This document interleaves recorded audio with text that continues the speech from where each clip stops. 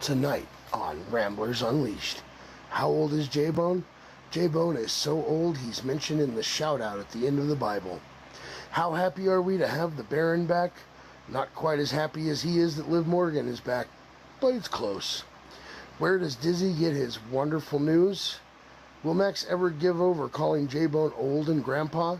The answer's no. All of this and more next on Ramblers Unleashed. The following program may contain language. Viewer discretion is advised. The wrestling podcast that sets all other podcasts apart. Covering news from the world of WWE, AEW, TNA, and more. Your favorite weekly episodic podcast, Ramblers Unleashed, starts now. It's Tuesday, and you know what that means. And God, I hate to sound like fucking Excalibur. It is Ramblers Unleashed. Welcome back to it. Let's talk some wrestling. It's been a hot minute, it feels like, especially with this guy under me gone for the past week or so. Baron, welcome back, sir. Thank you, guys. Thank you. Much love. Much love to you, man. Let's introduce everybody here. First and foremost, let's introduce the guy who's been gone for a week, whose catchphrase is and will always be Baron, please. 420. And the guy who gets higher than planes, hates AEW more than anyone that I know, and who used to hand feed Culver to J-Bone on a picnic, but we've reformed him, and he's a whole lot better now. Baron, we got your Buzzkill moment coming up later on in the program, but everybody, golfers, clap for the one, the only, a Baron. Baron, how are you, buddy? Good. It's been, it's been a week for me, full week. I won't get into too many details because it's just not needed, but it's been a week, and looking forward to going a different direction than that previous week. So appreciate all the love from my fellow Ramblers, and I'm ready to ramble, baby. Absolutely. There you go. In a minute. We're happy to have you back, brother. And next up, the guy that really needs no introduction, but he introduces me every single night. So damn it, we're going to do it for him. My best friend, the person who would never even think about eating Culver's without any one of us, especially me or the Baron. And he's the only guy that I know that pops bigger for Joel Gertner than any of us. The traders can address him as Mr. Magius. Well, the last trader, but you and I and the Baron can call him the mighty Maximus Magius. Golfers, clap for Max. How are you, sir? Hey, listen, I'm great. I got a bone to pick, though. With the boner? With the boner. So, what? Listen, a bone to pick with the boner. Oh, boy. I tune into your show. I expect there to be some commentary going on about your live reaction to TNA, and you're asleep on camera. Listen, what? I sent the picture to the chat. Listen, I've done some weird stuff on camera. It happens, but I don't think I have ever fallen asleep on a live show while I was on camera. Is that a normal thing for you, J-Bone? For you just to fall asleep? I struggle to stay awake during the day. Yeah, it's a thing. Unfortunately, I do my best, and I try to when I'm doing a live reaction, I do my best to actually react to stuff. And in fact, when I'm sitting watching TV, like today, I started watching a good majority of Raw from last night because I didn't watch it last night. And I'm reacting to it like crazy. And I was probably starting to piss off my wife because she's she's doing her own thing on her tablet or whatever. And I'm like, oh my God, did you see that? And she's like, no. It's like. Do you know how hard it is to react when you're asleep, though, J-Bone?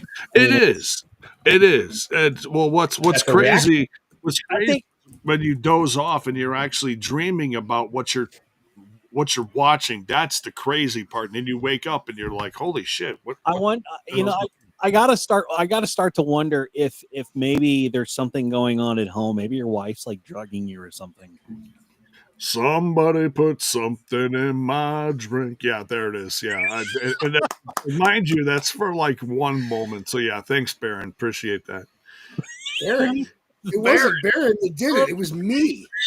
I very proudly did it. Or thanks, Max. Baron, You're welcome. Baron, what do you mean, Baron? And listen, chat. My mistake. That was Max. That wasn't Baron. Or Baron would never do that to me. I would Our never. best friend just blamed you, Baron. What do You know what? that? I think it's time to cut him off, fellas. I've been giving him on the sly some stuff, and it is clearly working way too well, and it's starting to show. And I might have to cut you off. My question is, I can't handle it. I can't handle this stuff. how did you sleep like this, man? Like you look so philosophical there, bro. That's because I am the most professional podcaster with my podcasting opinion. Yeah, Well, so you asked for a live reaction, and that's the live reaction that you get from J-Bone. So it's perfect. Your podcasting podcast opinion with your podcast. Okay, got it. Yes. Clear as mud. Professional. But don't forget Professional better pick. podcast. Okay, got it. Okay. Got it. Well, Max, we'll go from the desk of Max Magius later on in the program. But let's introduce him, man, the producer of the show, another trader who used to gift Baron Culvers while Max and I were giving the finger as he laughed. You're acting like I was like feeding him grapes, like we're both like half naked under the covers and I'm feeding him grapes. It wasn't like that, guys. You guys are nasty. It wasn't grapes. It was cheese curds, guys. I know, that's what I'm saying, but you guys are acting like it's like out of that whole sentence, I'm surprised that you just picked up on the grapes. Well, you know what happens. What happens on the bear rug stays on the bear rug, right? what happens outside the podcast stays outside the podcast. What happens by the Hold fireside on. stays by the fireside. What If that was happens true, that what happens outside the podcast stays outside the podcast, there would not be a picture of you sleeping on a different podcast. I'm just saying. Oh my God. I guess that only goes for this podcast. Mrs. J Bone, we have got to get you in that thing that we've sent you. He's sleeping. Please, we've got to get you to take care of that for us. Ladies and gentlemen, we'll go from we will check in with some total nonstop news from J Bone, but golfers clap for J Bone. How you doing, brother? I'm doing good, and then that's also gonna hopefully include a little bit of some recent big news regarding the what's happening between NXT and TNA. Because let me tell you, if you guys watch tonight, now I'm not saying we got to sit here and review the entire NXT episode from tonight. I'm not saying that, but there's some big shit that happened tonight between Battleground and tonight, and man. Well, it's getting hot. It's getting They're hot. cooking. They're cooking over there. Yeah. Stephanie Vaquer is no longer the NXT Women's Champ, and that would be JC Jane, which is crazy. Yeah. Crazy. And Battleground was a shocker, too. So let's go ahead and go over some of TNA Under Siege results and NXT Battleground results, and we'll also go over some AEW stuff. But we really didn't predict AEW on the air. We only went through it like half-assed off air. So when it comes to TNA Under Siege, Joe Hendry and Elijah versus Trick Williams and Frankie Kazarian. Frankie and Trick fell to Joe Hendry and Elijah, which they won. Masha Slamovich was able to retain her championship. Eddie Edwards beat Diener, which means I guess Diener's done. The Nemeth brothers retained their titles and beat Matt Hardy and Leon Slater. Tessa Blanchard beat Ariana Grace. Mike Santana beat Casey Navarro by pinfall.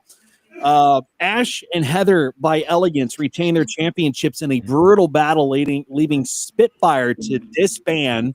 And Steve Macklin and Matt Cardona, they did not fight on the pay-per-view, but they will fight on Thursday night on TNA. That was promised to us on the pay-per-view.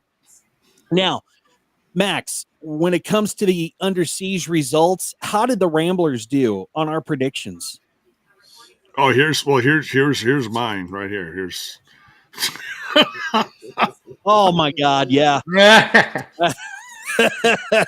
So whoever made this, thank you. Was that Styles that made that? That was totally Styles. Styles. That's Probably the Styles. from the Listen. creative mind of Styles. Thank you, Listen, thank you. If it has Tyson's ass, it was probably made by Styles. What is that? Psalms 51:10. Keep me in a clean heart. Oh, sorry, that was just Facebook. Sorry, So that there was were just scrolling. Okay, no, that's fine. That's fine. 7 matches on the Under Siege card, and well, that can't be right. There had to be 8. I thought you counted all these before the show, Max. Sorry, 8 matches. 1 got postponed. So out of 7, Dizzy, you got 6 right. Wow. Our boy Baron did not pick on this. That's all right. That's okay. J-Bone got 5 right. I did better than J-Bone. Ha ha ha ha ha. I also got 5 right. Yeah. So that's on a TNA show when I don't even watch Impact every week. it's pretty good. And I don't watch Impact religiously, but that is damn impressive. I'm impressed by that. That is. NXT Battleground, boy, it was just a weekend full of wrestling. It was. And Obafemi was able to retain his NXT title against Miles Bourne. Jordan Grace lost to Stephanie Vaquer, and Stephanie Vaquer later lost it tonight. Joe Hendry, this was shocking. Joe Hendry fell to Trick Williams to become the new TNA champion. Stax beat Tony D'Angelo to a surprise return from Luca Crucifino, who was shoved away by D'Angelo after going for a hug. I think those two will meet again down the road for a storyline. And Sol Ruka retained her title, beating Kalani Jordan. And the Culling fell to Hank and Tank by pinfall in the 6-man tag match. So, Max, out of those matches, how did we do?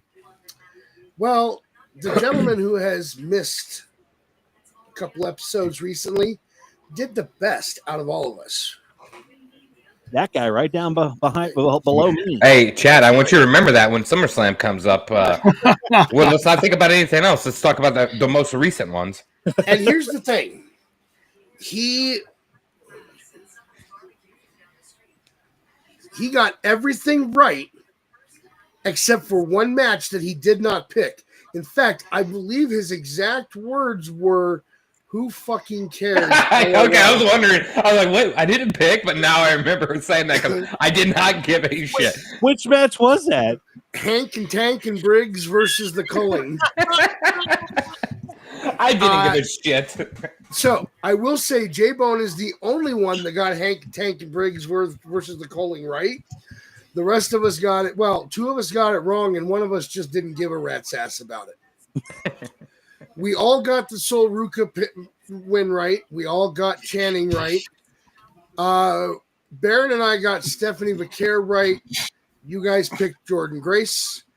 And all but Grandpa picked Obafemi to win against Miles Bourne. And that brings us to the most shocking match of the night. Dizzy and I both really believed, and we were wrong, and Trick Williams won. That makes the final scores 5 for Baron, 4 for me, 4 for J-Bone, and 3 for Dizzy on Battleground. Okay, so I didn't fare so well on Battleground, but damn it, I did well on TNA. That should count for something. I agree with that. Now, if I may, that's just luck. If I might make a suggestion, Dizzy, my favorite number in this whole thing is on Saturday night's main event. Can we save that for last? Yeah, we can go for Saturday night's main event too. Let's do Double or Nothing, AEW Double or Nothing. And with the pre-show, Anna Jay and Harley Cameron defeated Megan Bain and Penelope Ford by pinfall. Let's see, Bandino and AR Fox and Los Titanes del Air, whatever the hell, defeated RPG Vice and CRU. Mercedes, we didn't pick on either of those. Yeah, no. The first match, though, for the main card, the woman that shall not be named beat Jamie Hayter for the 2025 Women's Owen Hart Foundation Cup Tournament Final. FTR beat Daniel Garcia and Nigel McGuinness. Ricochet defeated Mark Briscoe, which fucking sucks. The Hurt Syndicate with MVP and MJF defeated the Sons of Texas, Dustin Rhodes and Sammy Guevara. Kazuchika Okada defeated Speedball Mike Bailey in pinfall. Timeless Tony Storm retained her title against Mina Shirakawa. Thank you. God damn these names. Kenny Omega, the Anarchy in the Arena match. Kenny Omega, Swerve Strickland, Willow Nightingale, and the Ops defeated the Death Riders and the Young Bucks, which that was a fucking that was a disaster of a match.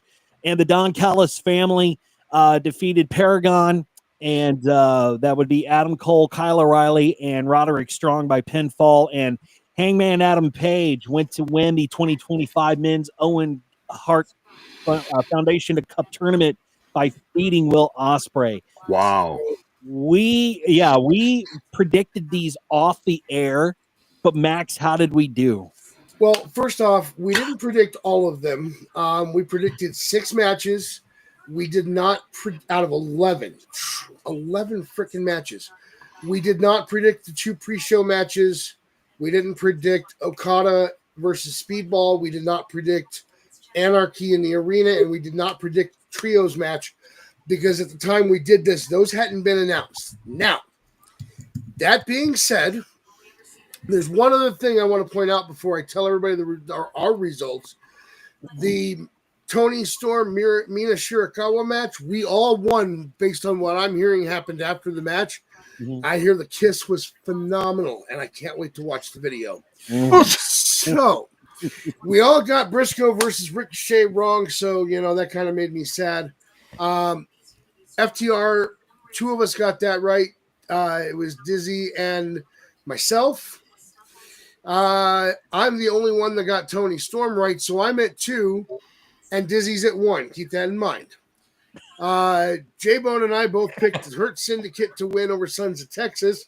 I'm up to 3. J-Bone's up to 1. Dizzy's up to 1. We all picked She Who Shall Not Be Named.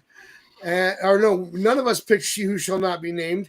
And damn it, let me tell you why. None of us thought she should have won that. That should have been a Jamie Hayter winning match. So, hey, I got a big old finger for you over in the booking section, Tony Khan. So we all got that wrong. And finally, I'm the only one that picked Page to win over Ospreay. So that makes me 4 to Dizzy and J-Bones 1 apiece. And Baron didn't pick on that. I'm sorry, Baron, you weren't here when we picked, or I would have included you. Look, in my defense, I didn't really care about Double or Nothing, okay? That does not hinder the fact of my predicting abilities, okay? I can predict, damn it. Don't forget that. And to be fair, I did force these 2 to make picks on Double or Nothing after we went off the air. Yes, yeah. So I was rushed. Just 11 matches is a lot. The more you think about it, I know. Oh, WrestleMania. Yeah, we get that. WrestleMania, SummerSlam, 2 nights. That's the difference. It's 2 nights. They have a shit ton of matches. 1 full match every single pay-per-view with AEW doesn't need to be 11 matches, especially if 3 major matches just got announced within the last week. That makes 0 sense. The Anarchy in the Arena match was 35 minutes and 10 seconds. Nice. Adam Page and Will Ospreay, 36 minutes, 56 seconds. See, now that was probably good 36-minute match, though, it was right? Was very good. It was a very good match. Very good match. Anarchy in the Arena fucking sucked because I tuned in right after NXT went off the air, and I'm like, what the fuck is going on? Because they had fights out in the parking lot. They had fights out in the backstage. They had fights all over the arena. It was too freaking much. We decided not to pay for AEW this round, especially because we were watching Battleground anyway. So what I was doing was, as I was doing the in-house picks, I was also hopping on Wikipedia, getting the results from AEW. And at one point during the show, I read off that all the matches prior to Anarchy in the Arena and how they turned out. And it was like an hour or 2 hours later, and there was still no update on everything else. And that part of that was because of how long Anarchy in the Arena went. And that was just, I'm sorry, that was ridiculous.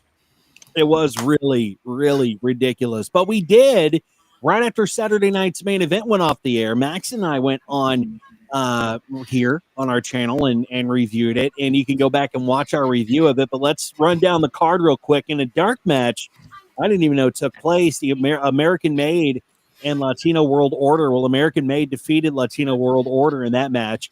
But we move on to Seth Rollins and Braun Breaker versus CM Punk and Sami Zayn, rather. Seth Rollins and Braun Breaker defeated Punk and Zayn.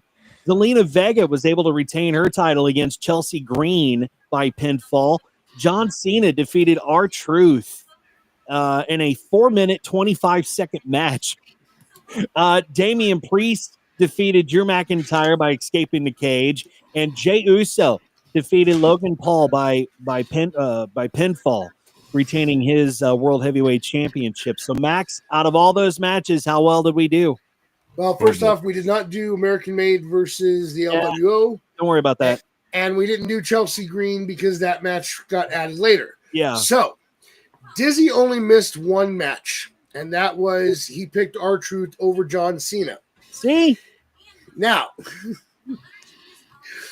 Baron, you and I had a perfect score over the matches we picked. 4 for 4.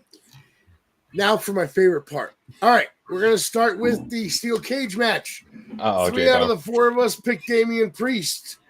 Nice job, Grandpa, picking Drew McIntyre. The one match that Grandpa got right was he picked John Cena over R-Truth. After that, 3 of us picked Seth and Braun. Grandpa picked Punk and Sammy. And 3 of us picked Jey Uso. And Grandpa picked a YouTuber. Yeah. So the final score was 4-4-3-1. Which is why, J-Bone, you should always remember.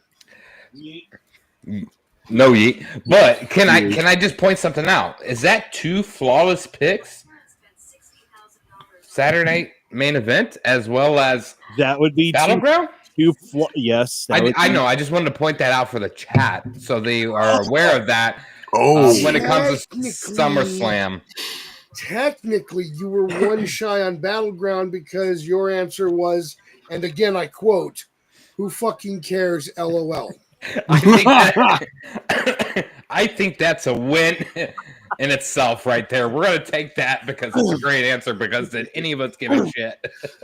All right, real quick before we go any further, there's a couple of things that somebody skipped over that I am not going to let us miss completely. Ladies and gentlemen, the 5th member of the Ramblers Unleashed is you, our chat. Thank you for being here. So we're not 4 guys just talking to each other on camera.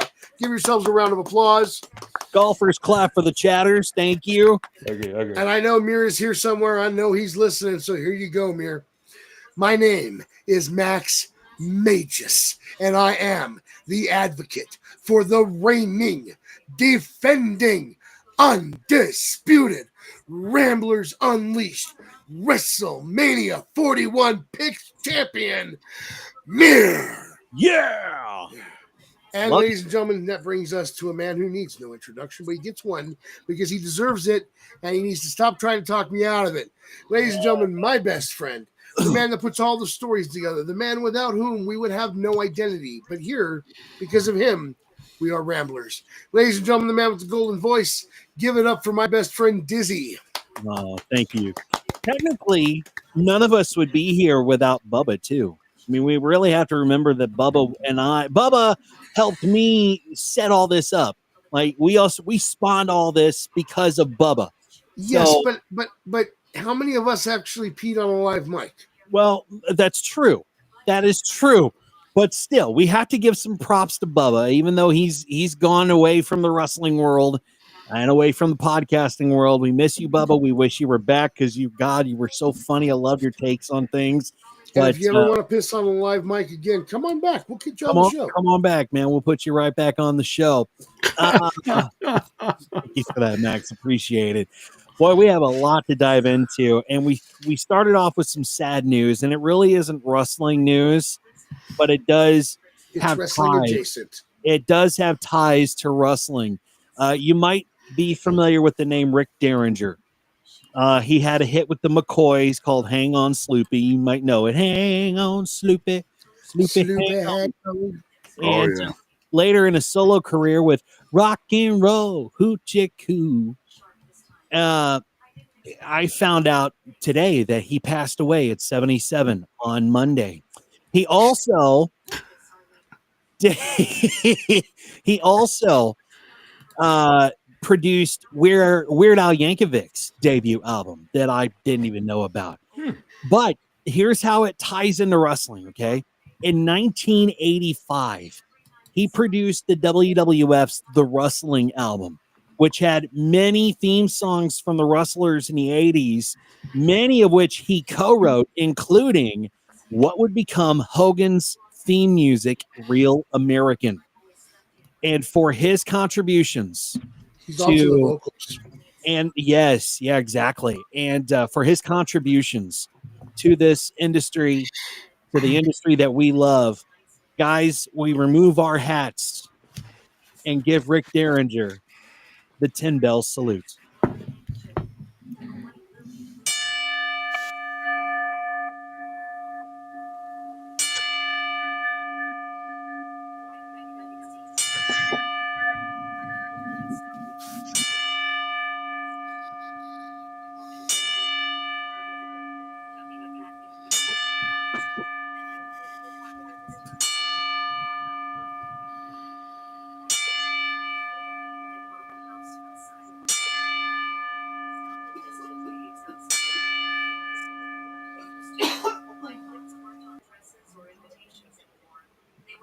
Rest in peace, Rick. Thanks for the music, and thank you so much for the memories. He will definitely be missed.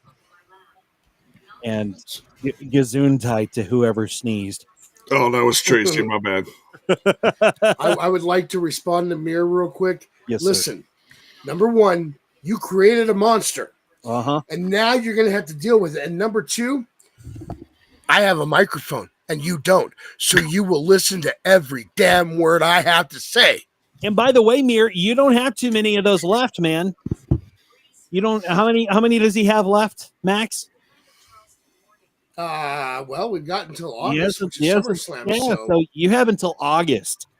You have until August to be graced by my best friend. And if you don't like it, you can answer to me too. I'm just saying. We just appreciate you, Mir. That's all. We love you, Mir. We love you, Mir. Thank you so much for being here, man.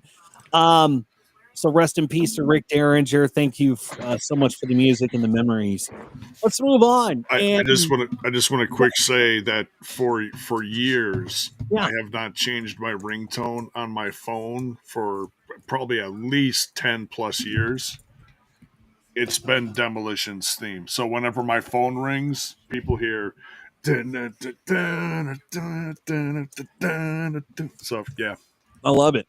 I totally appreciate. I mean, yeah, we love or hate Hogan, whatever. That's not the point. The point is when you hear that American, what is it called? American. Yeah, Real American. Whenever you hear Real American, that man, there is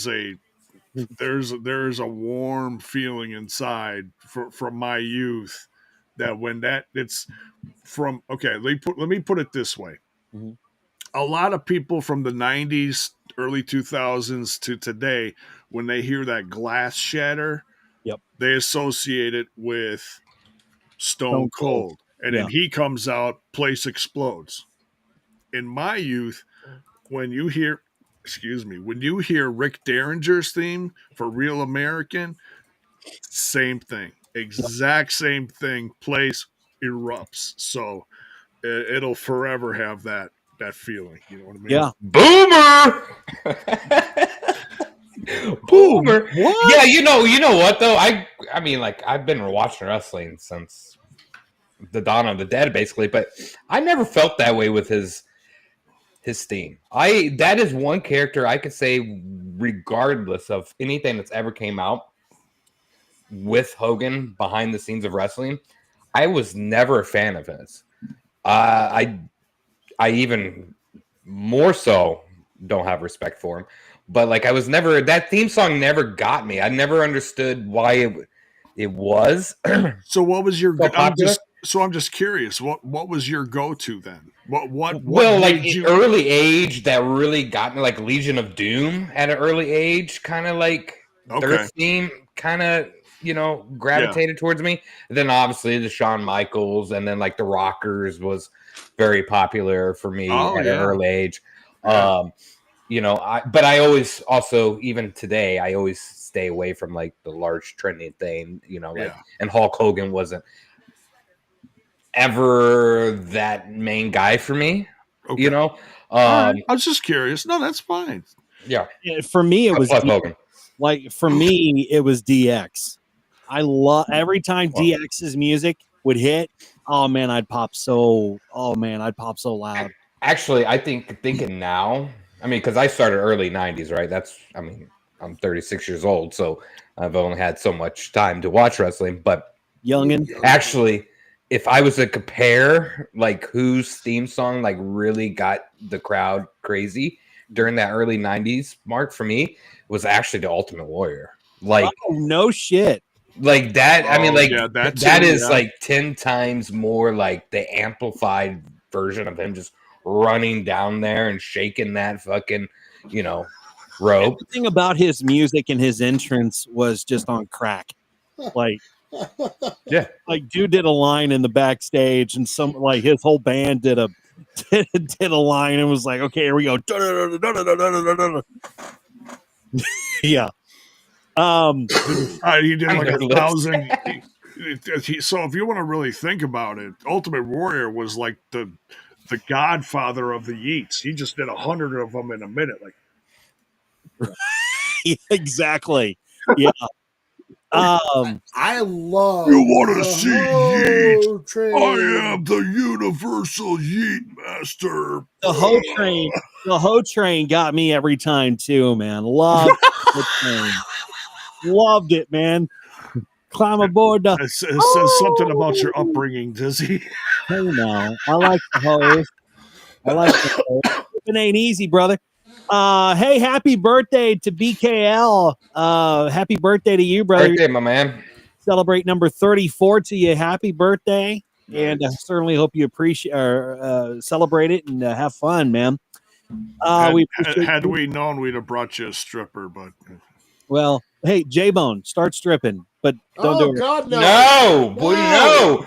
Shut the show off. It is we're out. We're That's done. It. Have a good night. I'm logging off. Have a great night, folks.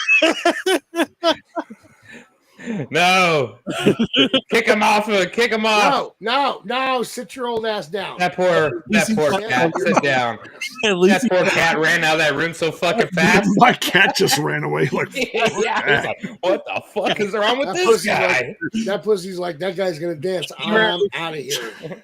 Like the only pussy that's ever ran away from J-Bone. That's no, that's not the first. But anyways, that was Rocky. Usually he does not run from me, but yeah, when my fat ass started wiggling, he was like, "Nope, that's it, I'm out." I've seen enough. There you go. Happy birthday, BKL. So let's get into some news, shall we? It was previously reported that WrestleMania 42 is no longer the home to New Orleans next year, and there's been a lot of speculations on Vegas once again hosting WrestleMania, this time long-term. On Wrestling Observer Radio, Meltzer, Uncle Dave, broke down why WWE and Las Vegas could be a long-term match, and it goes beyond flashy stadiums and packed crowd. Apparently, the city is experiencing a serious dip in international tourism, and that's hitting its economy hard. Even with WrestleMania selling out both nights, the usual flood of fans from across the globe wasn't there. Meltzer noted that this year's crowd looks far more domestic than past manias, pointing to a shift that could have major implications. Now, Vegas depends on international tourists to keep its economy humming, and right now the flow is dried up. Meltzer explained that political reasons are keeping foreign travelers away from the U.S., further squeezing the city's recovery, but he also pointed out signs of deeper trouble as WWE's host hotel as an example, with venues like Allegiant Stadium and local officials eager to land top-tier events. It's no surprise that Vegas wants to make WrestleMania a recurring spectacle. And WWE benefits from the infrastructure, the tourism, and support. And Vegas sees Mania as a shot in the arm to its struggling economy, which kind of sucks for New Orleans. But if SummerSlam wasn't already set in place in New Jersey, Baron, I'd say put SummerSlam in Vegas and keep Mania at New Orleans. Would you agree? Yeah. And let's not get too carried away that Vegas's economy is hurting by any way, shape, or form, folks. Here, this is typical TKO standard of how they do things, right? UFC is primarily Vegas most of the time. There's large ties with the TKO investors in Vegas with the casinos and everything along the line. So of course they're trying to bring in WWE in that same fold. I don't think it's a bad idea. Like, that's if it was financially fucking affordable for most average humans to go to this would be great, but unfortunately it's not, right? So that's why we all look forward to these events coming to our home state, so we could but I think the big gist of this has to do with TKO ownership wanting to be in Vegas, just like the UFC. They have a literal stadium for the UFC in Vegas, so why not? But they've not. WWE and TKO have not confirmed that they're going to Vegas. Right now, that's all speculation. The only thing we know for sure is WWE has pulled out on New Orleans for next year. They've apologized to New Orleans publicly, and they've moved money in the bank to New Orleans for next year. That's all we know at the moment. We don't know the why. We don't know where they're going. None of that has been released yet. Anything is speculation at this point, and I can't wait to hear WWE's public release as to why. That is going to be interesting. Yeah, I'm kind of interested to see what WWE, what the reason is anyway. But I think it has been publicized by Triple H on Twitter. Like, I could be wrong, but I think this has been talked by people that are just not reporters. I mean, I could be wrong. Maybe I was delusional and reading shit, but I mean, like, it's a pretty safe bet that they're probably going to be in Vegas, right? I would say that the plan now is for them to go back to Vegas for WrestleMania. Yeah, cool, great. I feel sorry for those fuckers spending $4,000 per ticket. My measly $900 a ticket at that damn Backlash was enough, man. So, oh my god, that's insane. And you were pretty close to the ring, though. Oh, we were. Right? We had great seats. Don't get me wrong. Okay. But I have sat closer. Myself and a buddy of mine, I don't want to throw his name out there, but Dizzy knows. Mm-hmm. We literally sat in the front row right behind Michael Cole. And at the time, I think it was JBL too. So, like, we have sat there, and our tickets only at that time were like $300 a piece. And this was probably, it's been some years, but it's just crazy how fast those prices have changed. It is. And, you know, inflation, popularity of the company has grown. And it's just crazy to, I mean, you look at, like, take a band like Metallica, for example, to go to their latest tour now, you can get good seats for probably $1,000 maybe. And it's because of the longevity of the band. It's the longevity of the brand. It's the longevity of the WWE, how long they've been around and how much their overhead is costing them to run these shows. I mean, that's what ticket prices are all about. It's all about overhead costs and how they're going to recoup that. I will tell you here firsthand, tickets obviously have increased over the years, but no other event outside of wrestling has increased quite as much as wrestling. Yeah. I went to Metallica concert 2 nights in St. Louis, this recent one.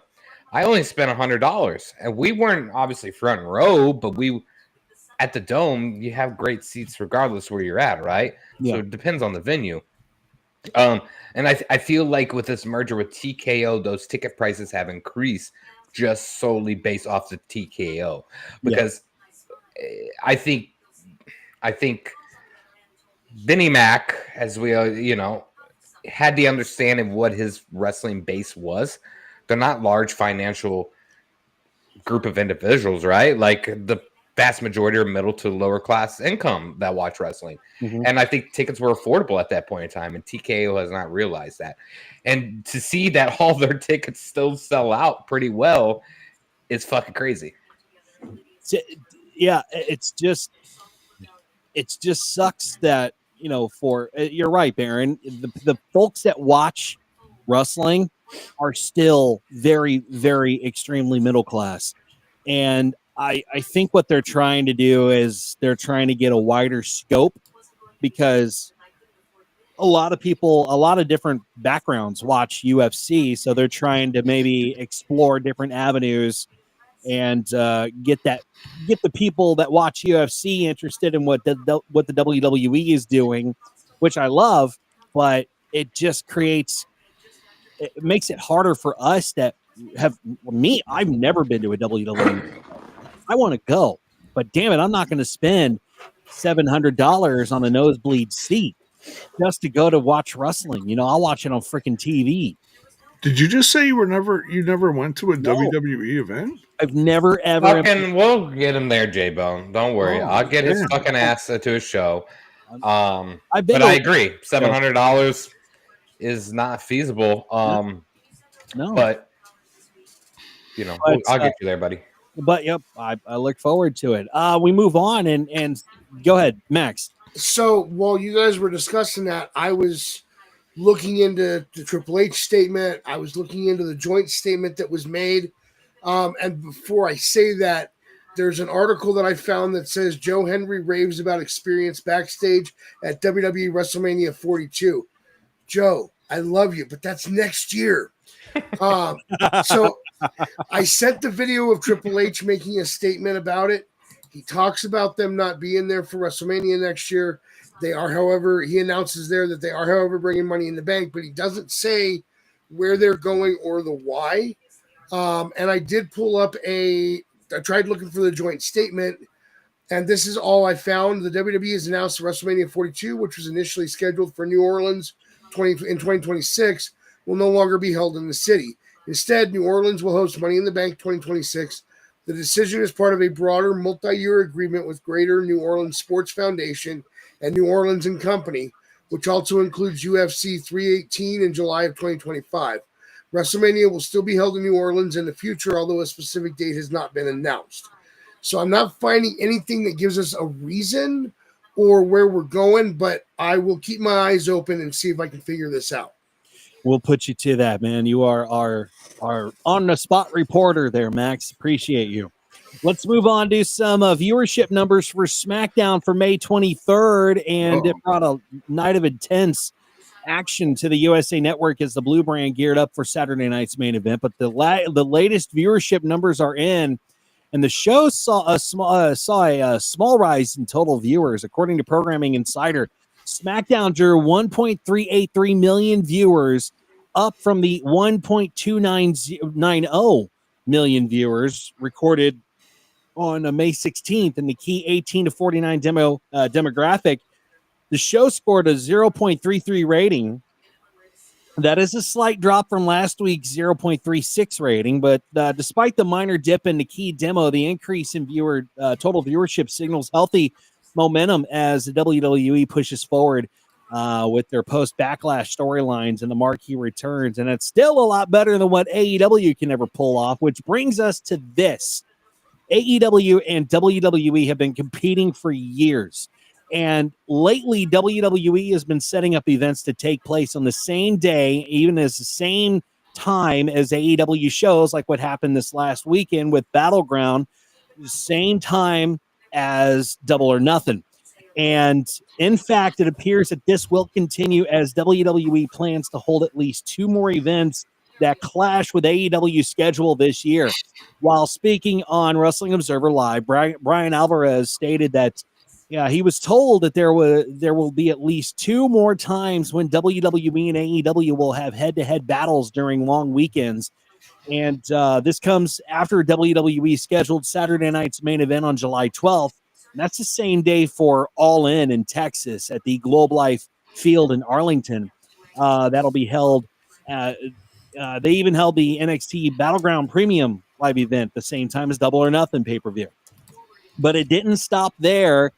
And WWE has also booked the Great American Bash event to take place on Saturday, July 12th at State Farm Arena, which will also be in direct competition with All In Texas. It's clear that the WWE now sees AEW as competition and will continue to run events against them. But Tony Khan recently made it clear that he will not back down and is confident about AEW's chances against WWE. Therefore, we'll have to see how AEW will deal with the tactics from this year, because that's kind of interesting, Max, that the WWE is now seeing AEW as not stiff competition, but their competition, at least when they didn't even see them as a blip on the radar. Let me try this from a different perspective for you. AEW has said over and over that they're bringing the heat, that they're bringing the competition. WWE is finally giving them the opportunity. They're like, all right, here you go. Here's your chance to prove that you can face off with us head-to-head and beat us. Mm-hmm. You really want to see how well this is going to go for AEW? Put them in the same city on the same night. Because I bet you WWE sells more tickets than AEW does on that night. And that's not a knock on the workers, because I love the crew over at AEW. I think they just got shitty management. So, yeah, I'm giving it from the perspective that WWE is giving them a chance to prove that they are as good as they say they are. Tony Khan, you're going to lose. I mean, they're not putting any premier wrestling shows against AEW. No, they're not. But what shows together? I'm sorry, I missed that first second. They're going to. They just did Battleground against Double or Nothing. They're also going to do. Let me get back to my notes here. Saturday night's main event on July 12th, the same day as All In Texas, and they're also doing the Great American Bash Saturday, July 12th at State Farm Arena. That will be in direct competition with All In. That's not WWE. That's NXT. That's not WWE. They still call NXT WWE. But that's actually them telling you guys suck because they're putting NXT against them. That's not even a comparison. Like, that doesn't make any sense to compare. WWE is worried about competition if they're putting an NXT show up against their premier 11 fucking card show. I just find, like, wrestling fans always want to find this comparison of, like, oh my God, WWE's worried they're putting shows against it's NXT show. We know what they're doing, right? Like, it's just kind of goofy to even like think that WWE is trying to compete with them at that level. The venue is going to be smaller. NXT. It's just, I don't know. It's just we do this all the time, and just like Max said, he nailed it. Like, they are giving you the platform here, whether it's an NXT show or a WWE premiere show, to go head to head, and let's see what happens. Right? You don't need 11 matches to get things over. I think that's where you're losing interest in the long run on your shows that way. I would prefer whether it's an NXT with 5 matches over 11 match card with some crazy matches, man. Like, it's just, I don't know. It's just goofy. Even compare this. Even Saturday night's main event, which was not considered a PLE, had 4 or 5 matches, and it just blow and those 4 to 5 matches absolutely blew the 11 matches that AEW had out of the water, which I don't understand this. Okay. I don't know if it's Tony Khan saying, well, we got to have more matches because we got to just blow this thing out of the water.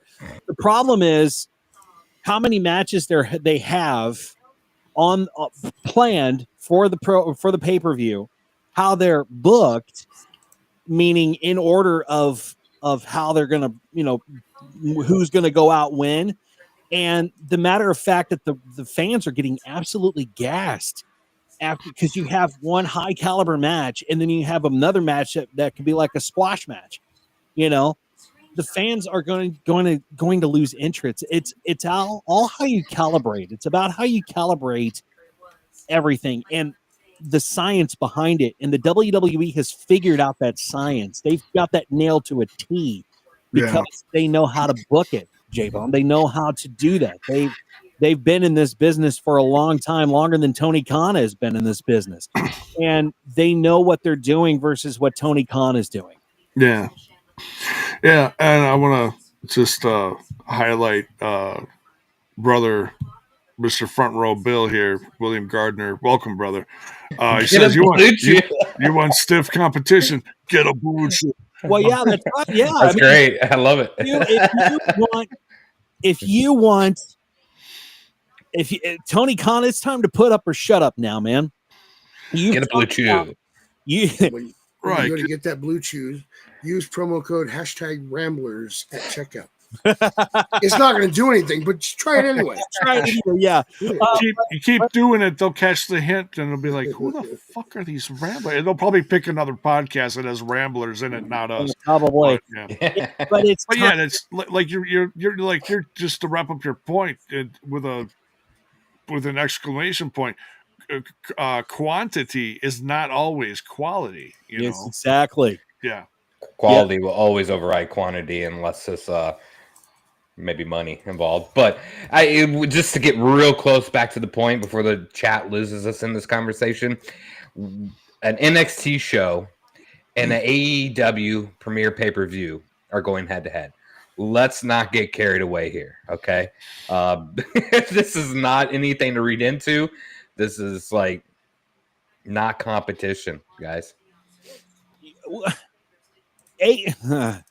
That's the thing, though, Baron. AEW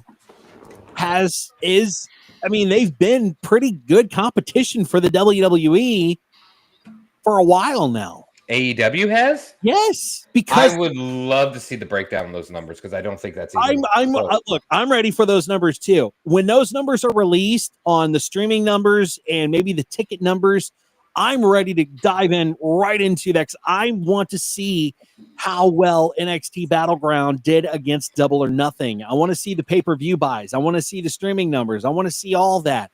But until we have that, it'd be interesting. Yeah. Yes, absolutely. Why is Keith over here booking like he's Vince Russo? Hey,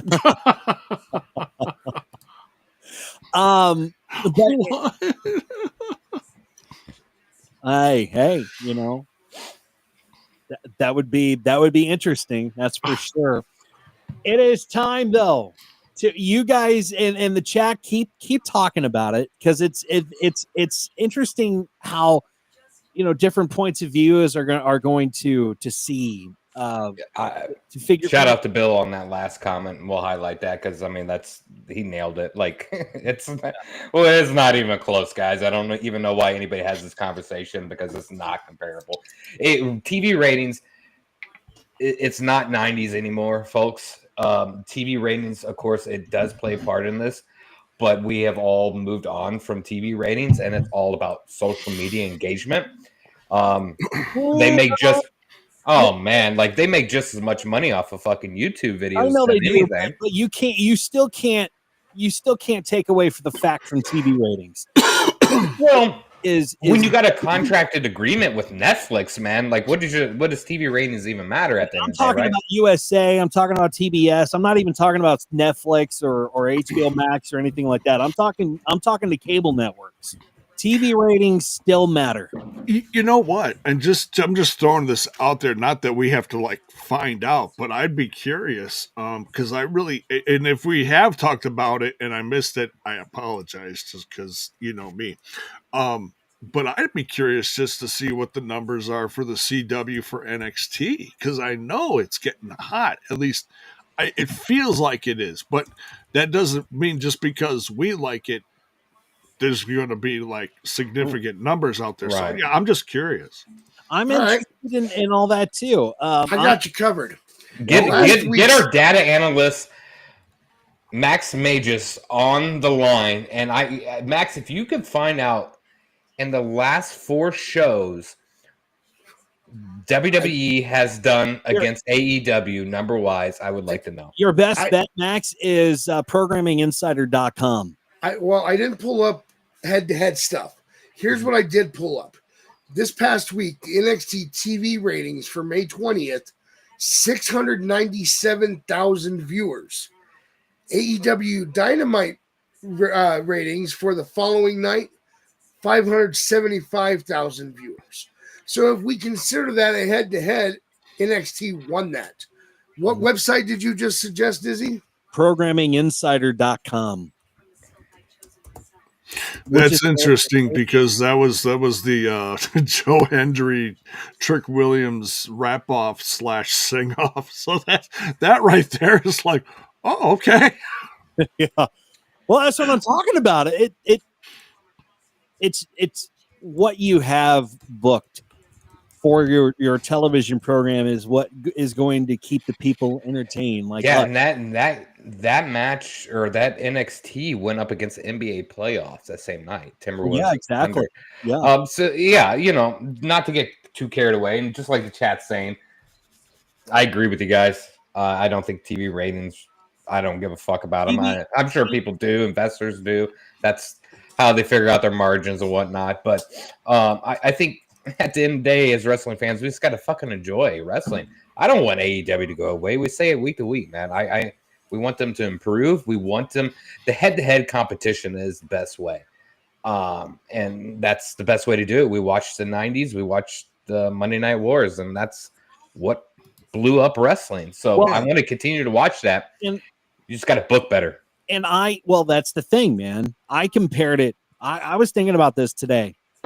And I was thinking about the rise and fall of the WCW. And man, when the WCW was just cooking, dude, they were so hot. They had so many. I mean, the ratings were really, really well.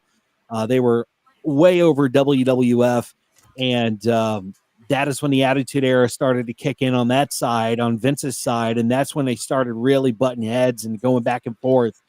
And this is kind of what I've been seeing with AEW, man, because when you had Cody Rhodes and all of those guys that started AEW over there for the first couple years they were in there, they were going good, man. They were actually cooking against WWE. And we talked about it on this program. We all in unison said that whatever Vince McMahon was doing was not working, and whatever AEW is doing, it's like a breath of fresh air for us. Now the tables have turned, man.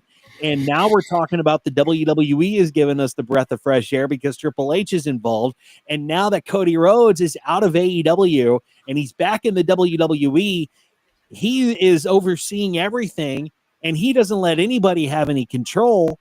And look what's going on. We have legit chaos in the company, which it really, really reminds me of the rise and the fall of WCW. And I'm not predicting, but kind of predicting we're going to see AEW decline more and more and more and more and more. Mark my words, they're going to decline. It's going to be a slow decline, but I think that with the rate that they're going now, I just don't see them. I don't see them lasting much longer. Let's move away from that and get into the desk of Max Magius, thanks to ringsidenews.com. And NXT was held at the Performance Center in Orlando tonight. What a good show that was. And not only is Jonathan Coachman calling out the WWE, so not to be in Tampa tonight, but Vince Russo also weighed in. So the former WWE head writer said he is glad that it happened, calling it a long overdue reality check for a company that's been charging fans too much for too long. Despite during a segment on the Wrestling Outlaw via Russell Binge, Russo didn't hold back when reacting to the report that the WWE pulled the NXT taping at Tampa's Yuengling Center due to poor ticket sales. Reportedly, fewer than 1,700 seats were sold. But Russo said the 4-night WWE stretch in Tampa, main event, Battleground, Raw, and NXT, was just simply too much for the eager fan to afford. He went on to say that this could be the wake-up call that the WWE needs. And Russo's reaction follows a now viral video from Jonathan Coachman, who earlier this week slammed the WWE and TKO for the cancellation. And Coachman called the decision a sign that WWE's financial first mindset has gone too far, and warned that the fans are finally saying enough is enough. Max, we just talked about the price of tickets. We just talked about how that factors in fans like me never even be able to go see a WWE event. Do you agree with that? I think the TKO and WWE need to review their ticket prices and realize that people like us are wanting to go be a part of a live event, can't afford it. But here's the thing. Russo always has something negative to say about WWE. I haven't heard a positive thing out of him in months. In fact, he says that he's only going to be doing this for X amount of time longer, so we'll get like this negative opinion for only that amount of time. Sweet. I can't wait for you to retire from this. And Coachman has been on this negative train for the last couple months. Now, has WWE made some mistakes? Yes.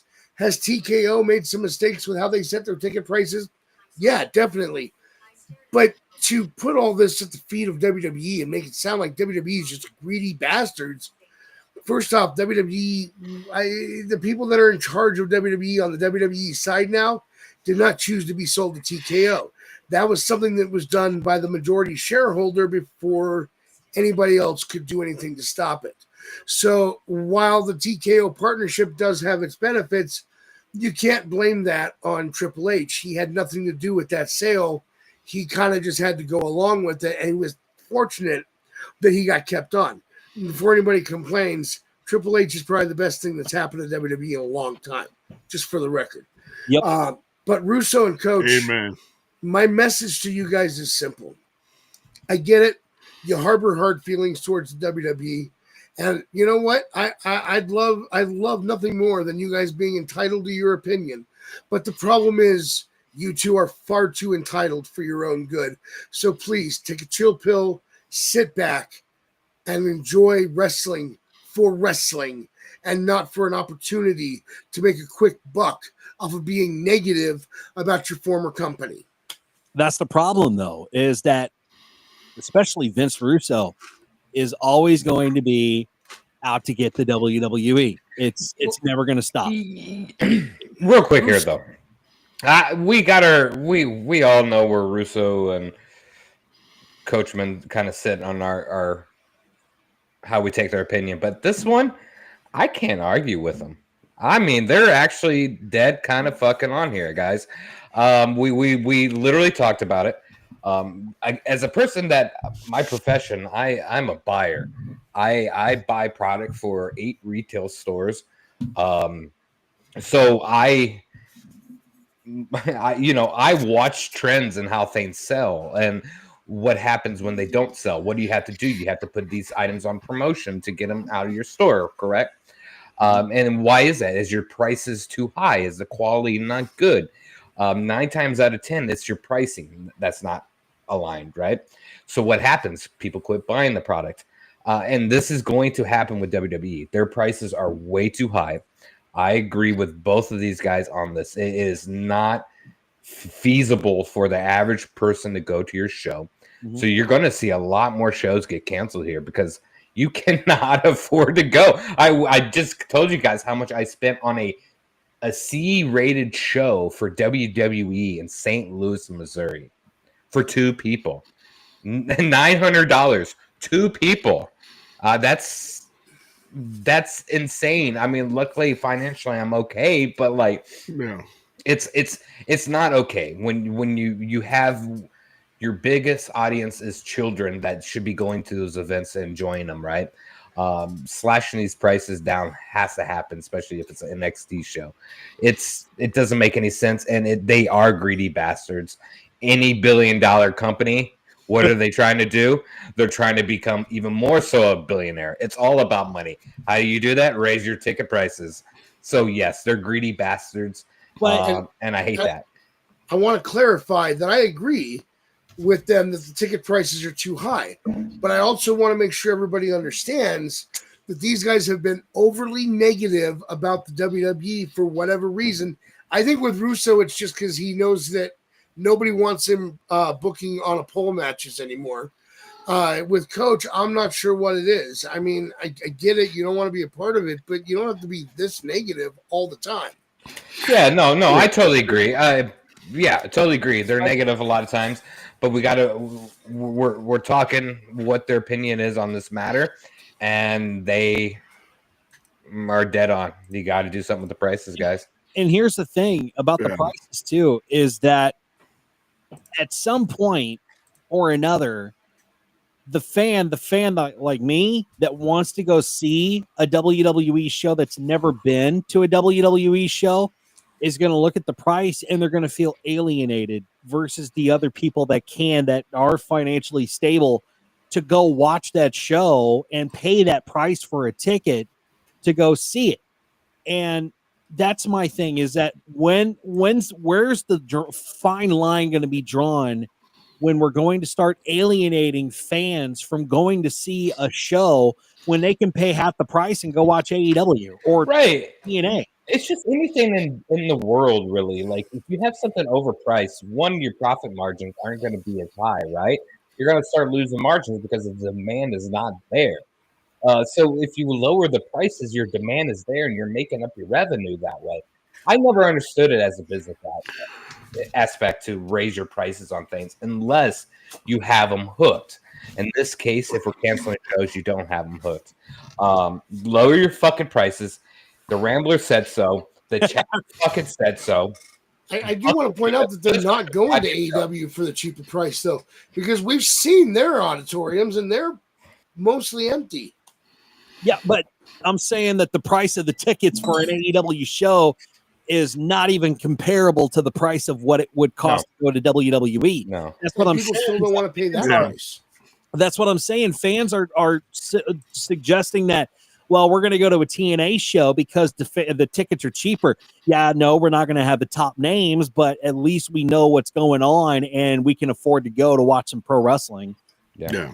I think over time the investors of TKO WWE merger will understand that they took they took their business aspect from UFC, which people are willing to pay that price to watch a real fight. So yeah, they have to at some point because it's just damn ridiculous. The price of tickets. Look at how much WrestleMania cost, and that's the thing, man. For us, this is our Disney. Like, for guys that don't want to go to Disney World, that maybe they don't have kids, but they just watch wrestling, or maybe they do have kids and all they want to do is watch wrestling. They don't give a shit about Disney. They don't want to go to Disney World. This is our Disney, okay? And if you go to Disney, guys that go to Disney, they spend so much freaking money over at Disney to book a resort, to book the rooms, and to do the shit that they want to do over at Disney. And then you look at that at WrestleMania, it's the same damn price. It's the same damn price. It is a lot of money for you to go and enjoy WrestleMania. Baron, real quick before we jump ship to another story, you went to WrestleMania one year when Ryback was still in the WWE. Oh, I've been to Mania 3 times. Okay, so how much were tickets for Mania? Do you remember? Man, I can't. I went to Rock versus Stone Cold in Houston. Don't quote me on the WrestleMania, guys. I really don't remember. My mom paid for that event. They're not even remotely close to what I probably paid for just Backlash here in St. Louis. I can't imagine they were. We got a package deal where we had the WrestleMania as well as a 2-day event on WWE Access, which was their fanfare event during that period of time. I don't even know if they still do that. And I've seen The Undertaker and Shawn Michaels in Phoenix. I do kind of remember that we were way high up. I felt like I repaid my mother like $200 or something along those lines. So I don't remember how much it totally costs, but Yeah, I mean, it's been some years since I've been to a major pay-per-view though. Max, you got a look on your face. That's kind of what's up. So Rock versus Stone Cold WrestleMania in Houston was WrestleMania X7 that took place in 91. And a ticket, hotel room, and transportation. Are you ready for this? It wasn't 91, by the way. It was, I mean... Yeah, that was not 91. No, that was not 91. No, we're talking like this was 2001. 2001. Sorry, 2000. Yeah, 2001. Yeah. Yeah, the AI review got the year wrong, but according to this, ticket, hotel room, transportation could be purchased for $77. Wow. I believe that, but at that time, that's a large. My mom, she was a single mother, and she knew I loved wrestling at that time, and we took our trip from Arizona down there, spent a few days there for the whole event. We were in the nosebleeds for sure, but everything was cheaper back then for big time. Yeah. Yep. So I mean the times have definitely changed, but it's time for the WWE to lower these freaking prices so that people can go, so they don't feel so damn alienated. Every fucking thing, please lower your prices. Right. Not just wrestling, everywhere, please. Come on. Yeah. If I could throw my 2 cents in on this, it's like, I think Russo and I think Jonathan Coachman, as far as their opinion, is right, like Baron said. But I think how they put it out there to like celebrate the fact that they had to, cancel a show. Yeah. That's not something you celebrate. That's not cool. That's like okay, so WWE obviously didn't market something to what they were, I'm just saying what they were trying to do. I'm not trying to make up excuses for them, but it's like, they overshot what they were looking to do for the weekend in one place. That's what they did. So they have to go back, look at what they did, and then reevaluate for like future weekend events when you do like package deals in one place. I think it's a great idea. I don't think there's anything wrong with that, but it's just how you market it and how you price it. But that's not something you celebrate like they were trying to do. They're like, oh yeah, it's a win for someone else and boo to WWE. No, that's stupid. That's like, why would you do that? That's like celebrating that someone lost their job. Because it's called jealousy. It's called jealousy, and it's not a good look on anyone, really. It's not. It's not. It's ugly. So it's like, okay, the point they made may be correct, but how they presented it is not good. Yeah, it's not cool, Jay Lito. Definitely not cool. We move on to our next story here before we get into some AEW news. And Stephanie Vaquer and Jordan Grace absolutely tore the house down at NXT Battleground in Tampa, Florida. But despite their show-stealing performance, Grace is not heading to the WWE main roster just yet. The NXT Women's Championship match delivered everything fans hoped for, but Vaquer retained her title after a brutal back-and-forth contest that included top rope suplexes, a jackhammer from Grace, a barricade spot ahead of the crowd chanting, holy shit, after Vaquer hit her finisher one last time. The pinfall sealed the win and capped what many called one of the best weekend matches. It really was a really damn good match. But on the May 26, 2025 episode of Fightful Select Report podcast, Sean Ross Sapp clarified that Grace's current trajectory in WWE, saying, quote, I don't think Jordan Grace is going imminently or immediately rather. It's going to she's going to help a lot of these NXT women, end quote. Sapp praised the chemistry between Grace and Vaquer and explained that WWE is focused on letting them elevate their division together, saying, quote, these two, Grace and Stephanie Vaquer, have really, really special chemistry, end quote. He also mentioned that WWE's emphasis all on adapting to its in-ring style, especially after Grace's match with Julia, saying, quote, I know the backstage after the Julia match, there were it was made clear, okay, got to work the WWE style here as opposed to dropping somebody straight down on their dome on a Michinoku driver. But she can do that too, end quote. According to Sapp, Grace's range is exactly why WWE values her in NXT, saying, quote, Jordan can wrestle any style. Stephanie can adjust to any number of styles as well, end quote. So while Julia has already moved up to SmackDown, WWE wants Grace to stay put for now, but not because she isn't ready, but because she can help elevate the entire NXT women's division. I completely understand that. I completely agree with that because it takes Jordan Grace is a special person in this industry. And for her to be able to work so many damn styles in the ring, these girls, these women in NXT maybe have not been to where Jordan Grace has been. They haven't wrestled how Jordan Grace learned how to wrestle. And for her to rub off any of her knowledge onto these wrestlers so that they can get called up to the main roster at some point is going to benefit them greatly. So I actually agree with that. And I think that Jordan, I would hope that Jordan's cool with that too. But is this Baron's Buzzkill moment or? No, this isn't Baron's Buzzkill moment, but go ahead. I'm going to take the opposite of this range here, guys. I really, I know my right side of the chat is probably going to get upset with this opinion, but I don't get the hype on Grace. I think she was a massive star in a very small knockout division, and finding herself in a division on the NXT show that kind of outclassed her. I don't see the hype. I think she's good in the ring. Don't get me wrong. I really do. I think anybody in that ring is good compared to what I could do in life. So please know that. I don't think she has much depth. I don't get anything from her promos. I don't get excited when she's on the mic. She has decent matches, but the person in the ring with her has always overshadowed her in the ring, in my opinion. She reminds me of a Natalya.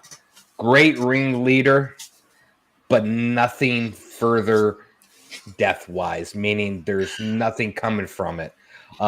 Great in the ring. We love that. But at the end of the day, in wrestling, that's not the end-all, be-all. You have to have more than just being able to be a good ring worker. Okay?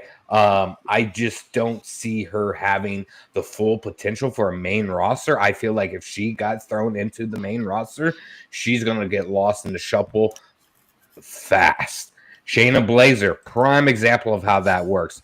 Fantastic in the ring. Great ring worker. Physical. All that jazz. But in the moment she moved into that main roster, she got lost in the mix because she doesn't have that factor.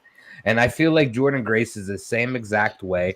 And I hope and I think why they're keeping her in NXT is to develop her even more so, because she did not get developed in TNA. She was the top tier woman in that roster, and she was great, but there was not much competition to overshadow her on that roster. And I think that's why they're keeping her in NXT, to help that, because outside of her wrestling ability, there's not much, and we all know WWE is not about wrestling. At the end of the day, it's about entertainment. Yeah, I can, for someone that watches a ridiculous amount of TNA and has watched Jordan Grace's career in TNA from pretty much day one, and the Indies, I can see your point, and I can agree with it that she does need to stay in NXT, and I don't.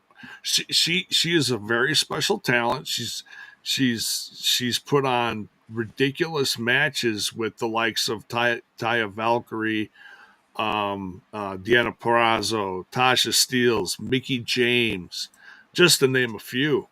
So as far as her ability to wrestle different styles, I think it is there. But as far as getting in front of the camera, I can agree with you. She's not a person that's gonna how do I say this? command like when she gets in front of the camera and she's cutting the promo and she's not going to command attention. She has to figure out how to hone in on getting, the audience's attention. Yeah. I mean, I'm not going to say she's dull and boring, but she needs to. She needs an extra oomph. Yeah, she needs a little more chutzpah, from what I heard like back in the day. So yeah, I don't think she's ready. Someone like Stephanie Verker, who has a ridiculous amount of international and in-ring charisma. Push her. Go ahead. She's got a great look, and for whatever she's doing on the mic is, people aren't going to care about it because they just want to see her in ring. They want to see what she's doing and everything. So, yeah, I mean, so I can agree to disagree with certain points on Jordynne Grace, but as far as like being ready, yeah, I agree. She should stay in NXT and, get the promo and it takes time. I mean, and it wasn't a pure knock on her. I see her there. Like I got to remember. I can agree. Yeah. WWE's got that. The main roster has a different caliber of what a lot of these people are used to. That come from the indies, and they have to have that it factor. And like Stephanie has it, like that aura. It's there, right? It's like a Penta aura. I mean, it's just there. You, as a fan, you can't help but gravitate, and of course, she's gorgeous as all hell. But exactly what Bill said. I think she needs a little bit of help in the developmental, and there's no better teacher when it comes to charisma, gimmick, and the it factor than Shawn fucking Michaels. So this is great for her, and I think we'll see a great amount of potential for her in the main roster. Now, Now to be she's done. Let me just make one point, and I'll go to you, Dizzy. Mm-hmm. Jordynne Grace, from where she started back in, I want to say 2017, to where she's now is night and day different. She from her, and I don't, please, this is not chauvinistic, but if you've seen what she's done with like her body and her physique and what she's done to like improve herself over the years, especially during the pandemic, which I hate talking about the pandemic, but some people during the pandemic was either you dropped off because of what was going on, or you did what you had to do to take that extra step to, okay, let's get through this. Let's make ourselves better so that when we come out of the pandemic, boom, all eyes are on you. And that's what Jordynne did. So as far as from where she started to where she is now was night and day difference. But yes, she still needs some help. Yeah. Well, I haven't seen her cut too many promos. I mean, I've seen her only in video packages on the WWE or on NXT. I saw her probably cut more promos in TNA than I have during her entire NXT run. And it hasn't been that long, but still, I mean, from a video package to a promo, it's two different worlds. Oh, sure. Worlds, because promos are put together, pieced together to make you look like right, a nuclear star. Like you're like, whoa, this, So you throw a couple words at the camera, and then all of a sudden, boom, move, and you're like, whoa. So yeah, night and day difference. Whoa, dude. Whoa, yeah. Whoa, dude. Well, speaking of whoa, dude, let's move on to some AEW news. Whoa, dude. Yeah, like how I did that. And as AEW continues to build its media presence, the value of its traditional TV ratings may be taking a back seat to how well it performs on streaming platforms. With AEW's content available on HBO Max, the company's future media rights value could depend heavily on how it's received digitally, not just what shows up in Nielsen data. So Dave Meltzer, Uncle Dave again, addressed the situation on Wrestling Observer Radio, explaining that AEW's long-term value will be shaped by streaming performance, even if the feedback loop isn't currently very transparent. Unlike the WWE, which has deep historical roots in TV and pay-per-view, AEW is still building its footprint. Streaming presents a different kind of opportunity, but also comes with less visibility and real-time measurement. Now, Meltzer noted that the lack of public feedback makes it difficult to fully gauge AEW's performance on HBO Max, though it's likely to be a major factor in upcoming negotiations. With the streaming landscape rapidly evolving, AEW's future might rest not on how many people tune in live on Wednesdays, but how well the brand drives engagement and value for digital platforms. And that's exactly what Baron was saying as far as, the social medias and things of that nature. How well are they going to drive that audience on there versus how they can do it so easily on TV? It'll just be interesting to see how they continue to build that part of their company and, continue to hopefully survive, because I don't want to see them dead. I don't want to see them die at all.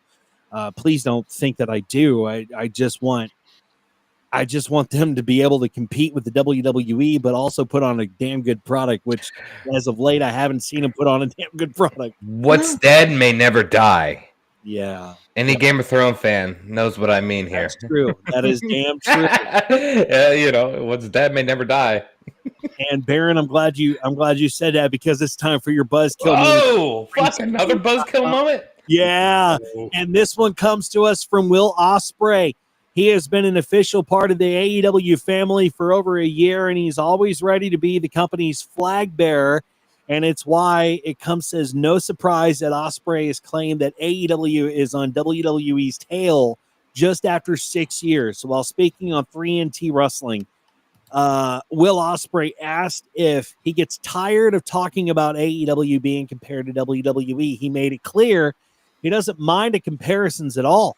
Ospreay understands why people make comparisons, because wrestling has always been about comparing companies, especially since WWE has been the biggest for many years. However, Ospreay said AEW has been around for 6 years now and is on WWE's tails. And despite what anyone says, Ospreay definitely believes AEW is catching up to the competition. And he said, and I quote, "Yo, I'll be honest with you. No, I'll be brutally honest with you. Anytime people make comparisons, I understand, because we're in a constant comparison sport. WWE has been the heads for generations upon generations. Bro, we're here. We've been here for 6 years. We're on their tail. No matter what anyone says, we are on their tail." End quote. Baron, what does this all mean to you? Does AEW have a clear shot at holding steady competition with WWE now that the WWE sees a Jacksonville company as a competitor? I'm a billionaire, no matter what anybody says. I'm right. Right? You know what I'm saying? Like, of course. No matter what anybody says, you are what you are, right? Right. I mean, we've talked about it quite a bit today, so I don't want to get too much negative on this aspect. I'm not sure how they're on their tails. Max literally just gave us some data on, comparable NXT show to an AEW Dynamite, if I'm not mistaken, right, Max? And clearly, we got to remember NXT is not a main roster show, right? And it sounds to me like they're on the tails of the NXT for sure. So I'm thinking maybe they could get those two mixed up. I don't think they're remotely close. I don't care about the numbers. We talk about it on this show quite a bit just because that's what podcasts do. And it's a good data comparison when we talk about this. But at the end of the day, to me, as a wrestling fan who's been a wrestling fan since the early 90s, I'm all about being entertained and enjoying wrestling. And I currently cannot sit through an AEW product and actually enjoy it. I'm a fan of good wrestling, don't get me wrong, but wrestling in the ring is not what wrestling is about. It hasn't been for the last 20 years. since the Attitude Era died. So, or actually, hell, longer than that, right? So, like, you got to have a lot more, and I think Will Ospreay is great to be their spokesperson. It sounds like he took it away from, Chris Jericho, that no longer kind of sticks up for AEW, at least in any interviews I've heard lately. So it's good to see someone young and sticking up for AEW, because that's what you do. That's your company. You stick up for them, right? But no, you're not even fucking remotely close. You're 6 years. You're a great wrestler, dude. Love your moves. Great choreography you have going on in the ring. But no, you're not on the tails of anybody. 6 years versus the 80s. You have to weigh it out. And they've been doing this for a long, long time. AEW is still a baby. Even after 6 years, they're still a baby company. They're still trying to get their footing. They're still trying to figure all this out. And it takes time. And I honestly think that if the WWE were not putting their shows up against AEW, like direct competition against AEW, I think Will Ospreay would have been wrong on this. I do think he's right that that WWE has taken notice to AEW, which is good. Take notice. That's competition. That's what helps you survive. That's what helps you grow as a company and say, okay, they're doing this, so we need to figure out what the fuck we're doing. That's good. But again, AEW is a baby company. They are still very, very young, as compared to the WWE, which is matured. They've been in this for so long. They've seen the trends, they've seen things work and how things don't work, and AEW is still, obviously they're still trying to figure that out. But is AEW on their tails? I would say maybe. I would definitely say that WWE has taken notice to AEW. Oh, sure. Well, yeah, I mean, of course they are going to take notice, but it's not like the notice we think it is. Any business has to notice another business. That's competition, right? Like, that's how it works. I think the way he makes it sound like that WWE's worried. No, I don't think that's the case. Like, I mean, you can't sit there and just bash another company and think you literally lost fucking Cody Rhodes. Where in the hell do you get off on anything when you lost Cody Rhodes, who is literally catapulted to the top of WWE as being the fucking face of wrestling? How do you lose that? What have you done wrong to lose someone that literally, if Cody Rhodes is still in AEW today, I might have a totally different opinion on their tail, because they damn well could have. And unfortunately, they don't. And Bell's Boy, I have watched a lot of AEW. I think their matches are great. I think it's fun to watch casually, but they don't make fucking sense. None of them. I love a great wrestling match, but I need to know why this is happening. Just I need the whole entertainment factor. I don't need to see you be fucking stapled to death. I don't need to see you bleed every goddamn week. I need some stories here, man, and that's what we're not getting. If you watch, and I'll let you talk here, J-Bone, but if you go back to Baron, you're talking about stories. Let's talk about Will Ospreay, and let's talk about Adam Page, Hangman. The promo that they cut on the Go Home show before Double or Nothing, to me, oh my God, it was weak as hell. Weak. And it's just two dudes that are just crying and bitching. It's nothing. There's no, I don't know. There was no, I mean, they were screaming, they were yelling and all this. There was no passion to it though, man. what Hangman was saying, I've spent 2 years of my life trying to figure out who I am, and Will Ospreay, said, well, we're going to figure it out later, bruv. I don't understand what the problem is. You guys this isn't a feud. You're going after the Owen Hart Cup. You're going after the belt, bro. You're not feuding with one another. Or maybe you're talking about why you need this cup or why you need to win this match. But it just was not strong to me. It didn't stand out, and that's one of the things is when you cut a promo, when Adam Cole goes out and cuts a promo, I love listening to Adam Cole.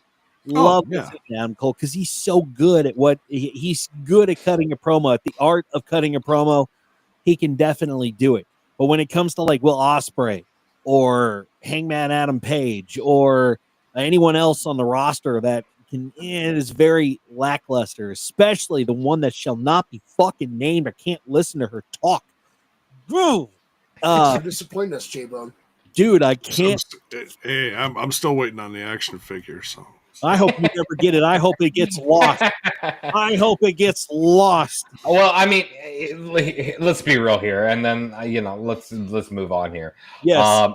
And AEW fans out there, I apologize for this opinion here, but if you have fucking John Moxley as your face of your company, and not MJF, who could be arguably in the top 10 echelon on people on the fucking mic, is baffling to me. That man has to be your fucking face of the company.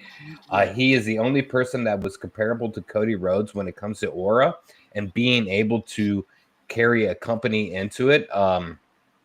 Titles don't mean everything at the end of the day. I totally get it. But I feel like my level of care for MJF to where he's being booked right now is not. I don't give a fuck what he's doing. He's so uninterested. Why would you pair him up with the Hurt Syndicate? Yeah, I still don't get that one. I've tried to. I really have, and I understand to a point, but it's lasted so long that it's like. And the thing is, it's so fucking uninteresting. It's so uninteresting. It's MJF begging to join the fucking Hurt Syndicate, which is not his it's not his MO.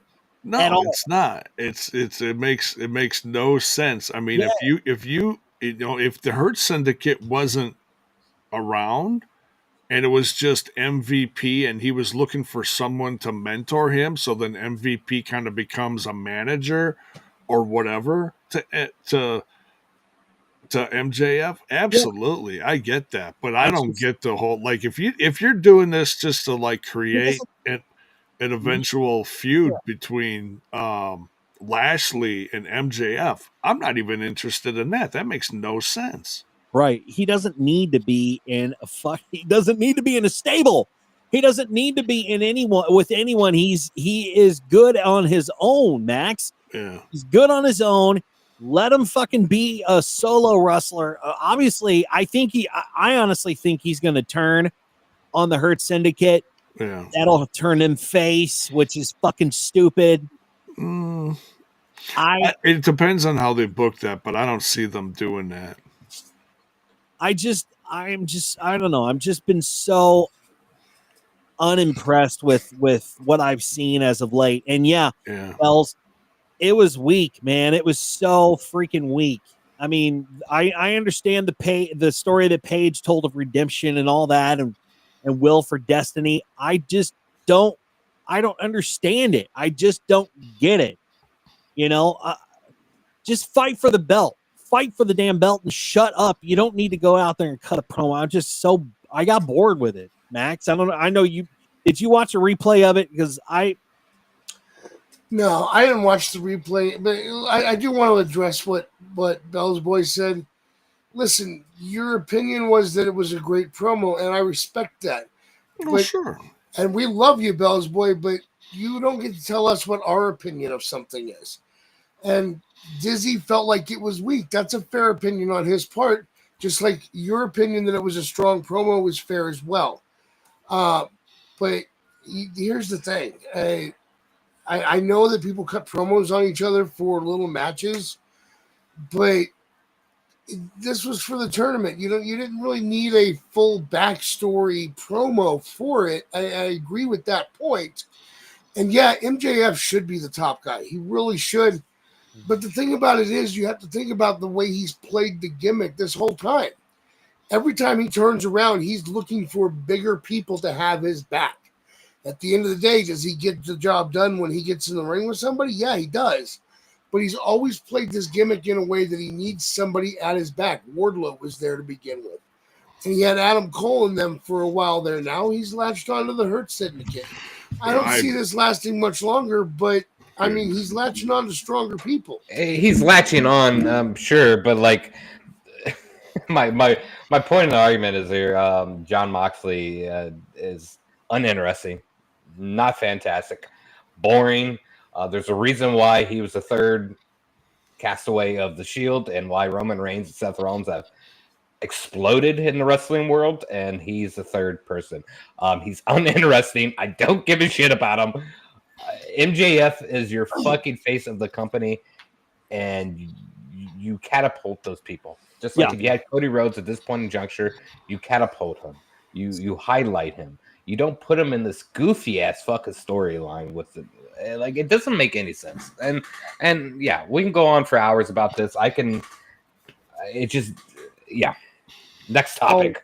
Let's talk about that. And AEW is always trying to deliver the best show possible for each of their pay-per-views, but they tend to last longer than fans would like. And now AEW's backstage reaction on to the length of the pay-per-views have been revealed. We just talked about this, guys. While speaking on Wrestling Observer Live, Brian Alvarez revealed that after AEW Double or Nothing, he spent the day speaking with people in AEW about the length of the pay-per-views. And Alvarez stated that everyone he talked to in the company believes the shows are too long and should end before midnight on the East Coast.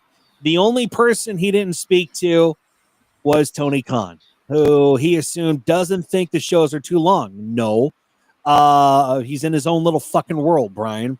But according to Alvarez, people in AEW feel like nothing can be done to change it. And while most agree the shows go on too long, Tony Khan and a small group of diehard fans would still watch even if the show lasted 9 hours. Even Jim Ross previously admitted that AEW pay-per-views have way too many matches. However, with Tony Khan sticking to his current strategy, it is uncertain if future pay-per-view events will be shortened to make it more manageable for fans and wrestlers alike, as it's been made obvious that no one really likes the pay-per-views being that long. Now, let me jump on this if I may, as well. Are they too long? Yeah, absolutely. Can something be done about their length? Yeah. But what about the format, the lineup? And I talked about this earlier. What I noticed and keep noticing in these pay-per-views is that you have these high-caliber matches come and absolutely tear the house down. For example, the Anarchy in the arena match, it was too much. It was adrenaline-packed, though. It was fucking adrenaline-packed.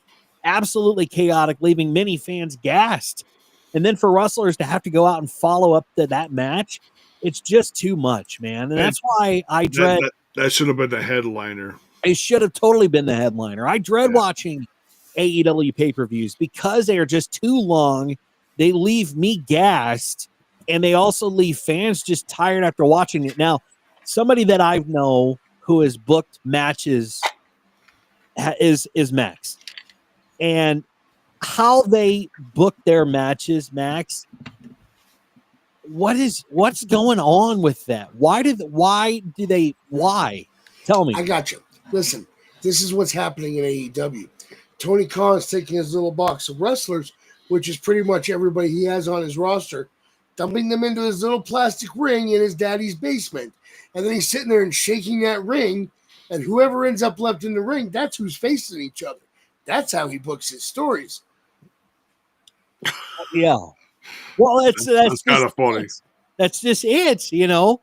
Tony Khan has no sense of direction when it comes to professional wrestling. It's just like his dad bought him all these damn toys, the ring, the wrestlers, the fans, the extravagant, the lights, the music, the pyro, everything.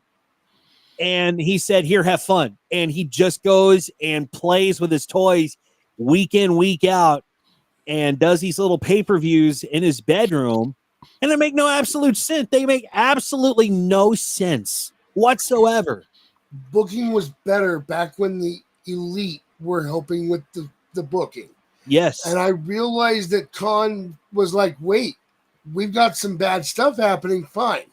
Nip that in the bud, but let the people that know what they're doing keep the booking going, because all you've proven since you took over is that you're playing fantasy wrestling right now. Yeah. Yeah.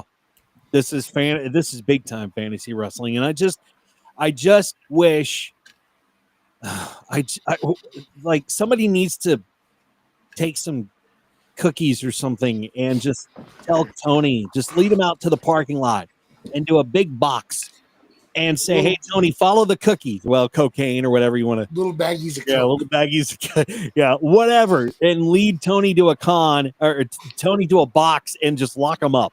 No, I like the way you were going with that first one. Lead Tony to a con. And I think we're touching on AEW just a tad bit much negatively. We do. We are. I know. I mean, it's just we just want better for them. We do. But that's why we're talking about it. Yeah. That's why we get to bitch about it, Yeah. There's just some pivots that need to be made. I think that would make it more entertaining. Yeah. Less amount of matches. I think your championship needs to be changed immediately. Yeah. That mock shit is fucking boring. He's not good. I think when it started, it was like, whoa, what's this? And it was interesting. But then it didn't change, it didn't evolve. You never see the championship. It's just kind of stalled. It hasn't evolved forward. It's always stayed in this, okay, you've got these guys, they're gonna kick everyone's ass. They're always gonna cheat to win. There wasn't anything like, oh, but they're doing this. There wasn't that factor to it. Listen, I just sent a picture over that came to mind after what Dizzy said. This is what we need to do with Tony Khan. Hold on a minute. Let me pull this up. Oh, by the way, if you like what you're watching, please don't forget to hit the subscribe button, hit the like button. That tells YouTube that you like what we're doing and recommends our videos to more people. This is what we need to, and share. And this is what we need to do to Tony Khan right here. Just put him in a box and ship him to Abu Dhabi. It's hard to read that because our cameras are over it. Yeah. But Garfield was always trying to ship Normal off to Abu Dhabi. And so in this case, I think that's what we need to do with Tony Khan. Oh, that would be great. Funny. That would be fantastic. Well, let's shift away from AEW news and talk about TNA and get into J-Bone's professional podcasting opinion. And TNA Wrestling is making more behind-the-scenes adjustments, and this time it's not just about blood. After already urging talent to scale back on excessive bleeding in recent weeks, a new internal memo has just surfaced, and it comes with a stricter rule for what can and can't be done in the ring. So according to a new report from Fightful Select, the latest directive from TNA's Talent Relations Department includes some pretty unexpected changes, J-Bone. Most notably, wrestlers are now required to get agent approval before using slaps in matches. And on top of that, the infamous throat slash gesture is officially banned. And it's not just discouraged. Talent will reportedly be fined $100 each time they use it. The move follows weeks of online speculation about a rumored blood ban in the company, which President Carlos Silva previously denied. Speaking on the Takedown podcast, Silva clarified that TNA, while being more mindful of advertisers and presentation, they're not outlawing blood altogether, just asking talent to be smart about it. Silva also mentioned that these internal shifts are just about creating more impactful moments, not softening the product. He even confirmed that the creative team, including Tommy Dreamer, is fully on board with using blood and violence more selectively. The concerns reportedly started after violent matches like Sami Callihan and Mance Warner in a barbed wire brawl and Steve Maclin's bloody dog collar showdown with Eric Young. Silva admitted he stayed in close contact with Maclin after the match due to safety concerns from excessive blood loss, but reassured fans that everything ended up being fine. So, J-Bone, do you agree that TNA needs less blood, and do you agree with the whole throat slash gesture and slaps now needing requirement? I'm not aware of this whole throat slash slap. Is it when you talk about slaps? Are you talking about like when you do like a drop kick and you slap your leg to like give it more of an No, I effect? Is that think what they're talking about is when you slap them in the face, like a legit like a slap legit slap. instead of like pulling a punch to make it look? Oh my god! Right. That I don't know. I mean, I don't see slaps that much, and I can get the whole like going like this because there's been other wrestlers in the past that have used it that you don't want to associate with, or or step on other people's toes that have done it iconically, like say Undertaker. I guess I don't know. Who's like whatever. So you don't want to like step on his toes and Recently, The Rock. yeah, or whatever. I mean, well, The Rock did it just once, I think. Yeah. So, but I wouldn't count The Rock. But I think part of it is look, there are new people in place. In Max, stop it, Max. Let him get to his point. You're so. I had to show off the bottom of it before I stopped. Where's my cookies? No. Okay. Keep on. Focus. So, so the point that you got people in place in the company now, the company's evolving. They're trying to do better. They're trying to evolve to a point where you get a better TV deal. You get more eyes on the product, and you're going to only do that. I'm not saying that you have to go full PG. That's one thing that about TNA that's always been, they've always been a little more edgy, but they've done it really well as far as like storytelling. They haven't always just gone to blood. Now, granted, recently there has been a little more blood, hence the Sami Callihan, Mance Warner feud. There's been a fair amount of blood in that. Steve Maclin, I don't know what it is with him. Man, he's kind of becoming like one of those guys that he just bleeds like a stuffed pig on certain occasions. And I think they're trying to like, hey, you need to chill with that a little bit. As much as I love Steve Maclin and I love to see him bleed, yeah, I get it. You got to tone that back a little bit. So it's not to like, dumb down the company. It's to progress it forward and better and higher in marketing, in getting a new TV deal and putting more eyes on the product. And it's the big picture. You know what I mean? That's what they're trying to do. And that's why there's so many new people in the positions that they are, is because they're trying to make the company better. And they were doing really good for the last handful of years. And that was the first part of their plan when Anthem took over. But now they're in the position where I think they were kind of stalling. And that's why, people started butting heads with Scott D'Amore, and his vision was different than the higher ups.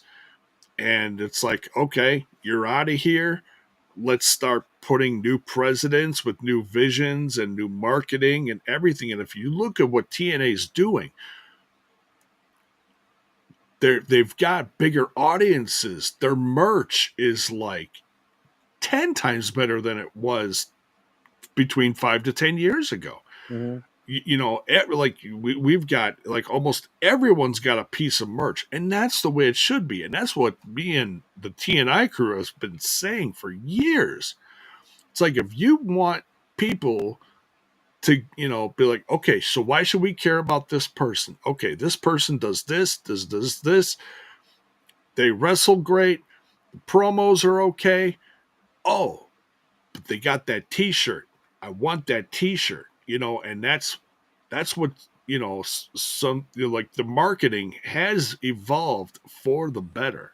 So, it's like I said, big picture wise, that's what you got to look at. You can't be like, well, they're not doing blood, they're going to be boring and blah, blah, blah, blah, blah. No, you got to look and see what the company's doing big picture wise. I think the not to cut you off, Dizzy, but I think the partnership with WWE has changed that aspect a little bit more, and it's probably going to progress a little bit faster because they have to, right? Like they have to get like you don't need blood every week. I actually am at the point of wrestling where if I see someone bleeding intentionally, I fucking don't like it anymore. I think it's off-putting.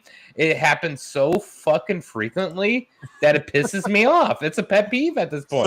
So let me show you guys this. This came from AEW's Double or Nothing during the Anarchy in the Arena, and this is Mark Briscoe. And yeah, come on, man. Dear like God. Carrie called. She wants her fucking pig back. Come on, man. Like this is fucking stupid. Like it doesn't make any sense. Jiminy Christmas. So stupid. This was after this, so he came out like this, and they shoved the Death Riders in the ambulance.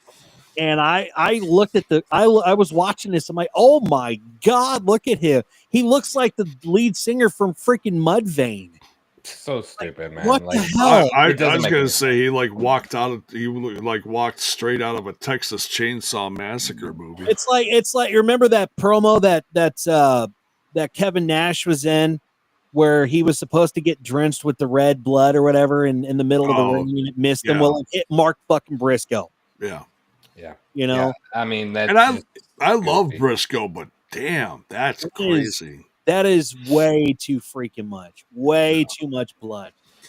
But I don't know. We'll have to see what happens with TNA. We'll have to watch how they continue to move forward with this WWE venture too. It sounds like they're progressing. That's one thing we can't say about AEW. I think they're progressing and getting a little bit smarter about their decisions on what they do. And that's beneficial for their company because they're now going to engage larger audience.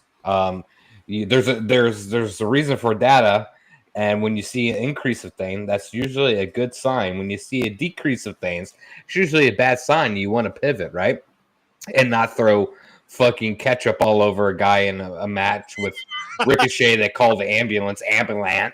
Like fucking what is that? Exploding ring. Dumbest shit I've ever seen.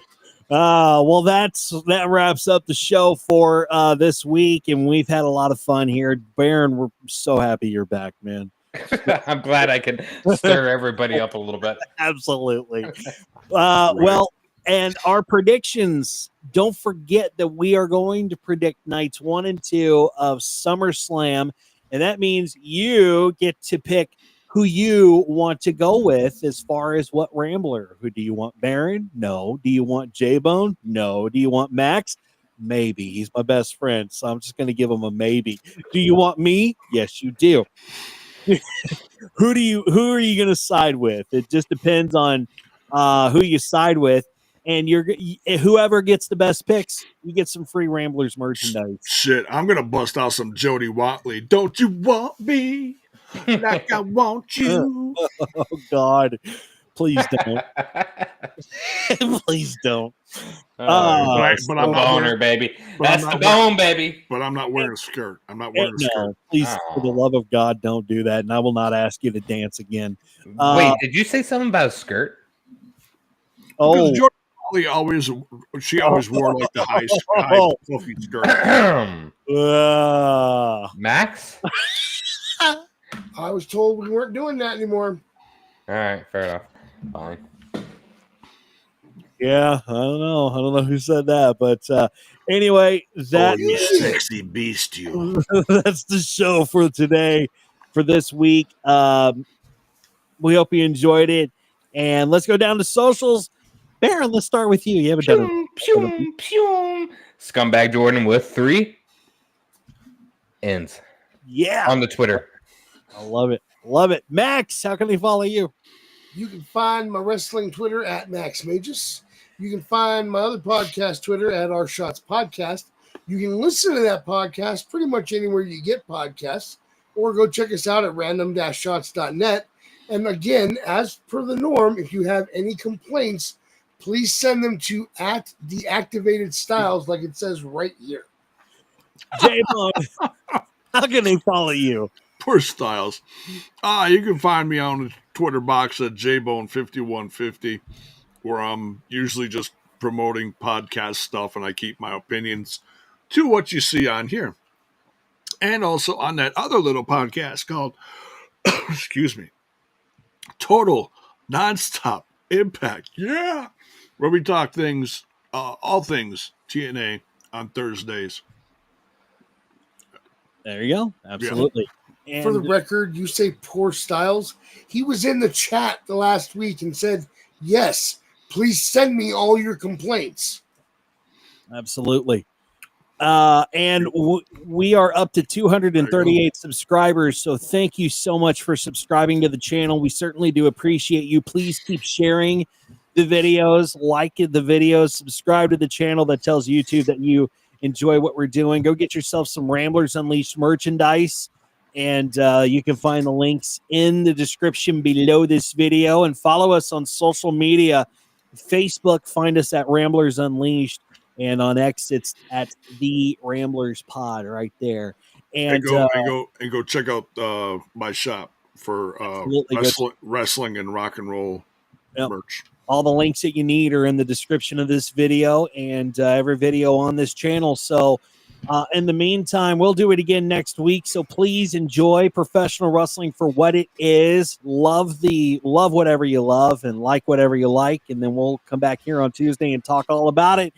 And in the meantime, have yourself a great week, and we will see ya. Thanks for tuning in to Ramblers Unleashed. Follow the show on social media, subscribe to our YouTube channel, and click the bell icon for notifications of upcoming episodes.